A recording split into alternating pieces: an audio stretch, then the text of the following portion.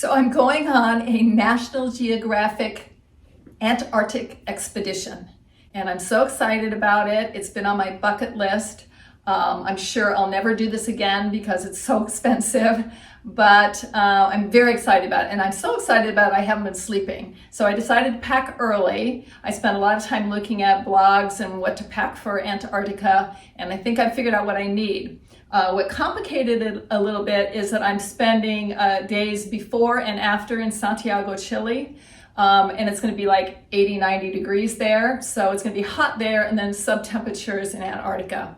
And this Arizona girl hates getting cold, so I've kind of overkilled the winter clothes, 2 layers of long johns, things like that.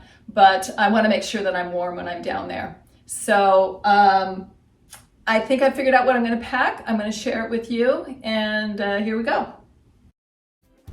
A waterproof jacket that I'll wear on a catamaran ride in Ushuaia, ski pants, everyday pants for touring Santiago and also for wearing around the ship, jeans,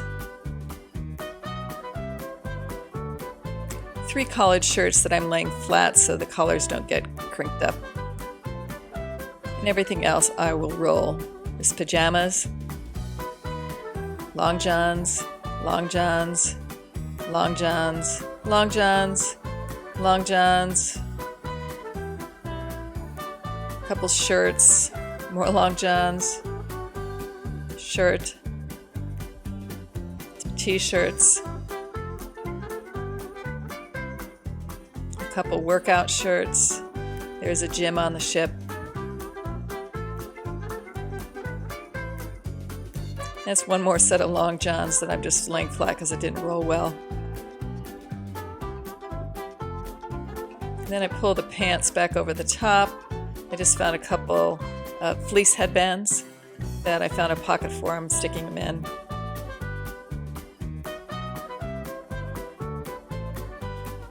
Another shirt, bathing suit for the sauna, and 3 pairs of gloves, and they're all different weights. A fleece, and I'm going to lay the socks in the crevices of the suitcase to kind of pad it up. And I'm bringing quite a few pair of socks so I can wear 2 at once. My lingerie, cosmetics. I have 2 pair of down slippers that fold into nothing, and I hear you can just walk around the ship with slippers on, so I'm going to. These are trekking poles. And by the way, I'm not bringing any other shoes other than the sneakers that I'm going to be wearing because the National Geographic allows me to rent boots. I just put some wet naps in and a very lightweight backpack I'll use in Santiago, a beanie, 2 neck gaiters, and a round brush. And I was only going to bring the round brush if there was room, and there is room, so I stuck it in. And I have a waterproof phone case, extra socks, and we're good to go.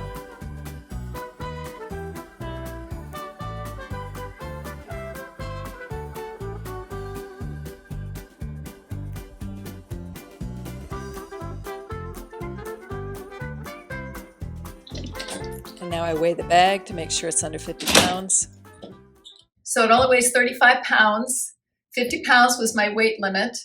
And so I'm 15 pounds under the weight limit. I could purchase something and I've got room.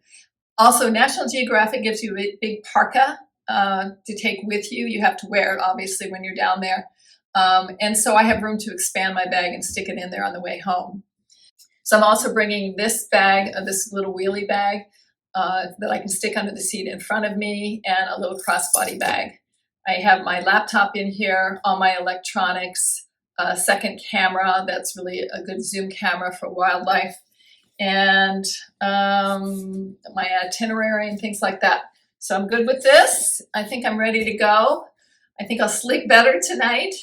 And I'm sure I'm going to share all these wonderful adventures with you when I get back. See you on the other side.